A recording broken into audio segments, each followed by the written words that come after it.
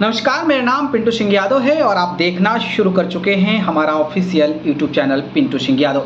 दोस्तों, भोजपुरी इंडस्ट्री के power star Pawan Singh और भोजपुरी इंडस्ट्री के हिट मशीन ट्रेंडिंग स्टार जिनको जाना जाता है खेसारी लाल यादव जो हैं वो कल विरोधियों को पानी पिलाने वाले हैं। जी हाँ, बात करें तो आपको पता होगा कि भोजपुरी इंडस्ट्री के पावर स्टार पवन सिंह काराकट से निर्दलीय चुनावी मैदान में हैं और निर्दलीय जब चुनाव लड़ रहे हैं तो ऑब्वियसली लड़ाई जबरदस्त तरीके का हो गई है और काराकट में जो मामला है पूरा का पूरा उन्होंने त्रिकोणीय बना दिया है। उनके सपोर्ट में भोजपुरी इंडस्ट्री के तमाम कलाकार पहुंच रहे हैं, चाहे हम पाखी हेगड़े की बात कर लें या फिर काजल राघवानी की बात कर लें, क्वीन शालिनी की बात कर लें या फिर शिल्पी राघवानी की बात कर लें, अरविंद अकेला कल्लू की बात कर लें या फिर हम गुंजन सिंह की बात कर लें। तमाम भोजपुरी के और भी दिग्गज कलाकार जो है वो पवन सिंह के समर्थन में जा रहे हैं। लेकिन भोजपुरी इंडस्ट्री का सबसे बड़ा सुपरस्टार जब आए तो सोचिए काराकट का क्या माहौल होगा। जी हाँ, बात करें तो इसी कड़ी में अब जो है ऑफिशियल तौर पर पवन सिंह ने अपने सोशल मीडिया प्लेटफॉर्म फेसबुक पर जानकारी दे दिया है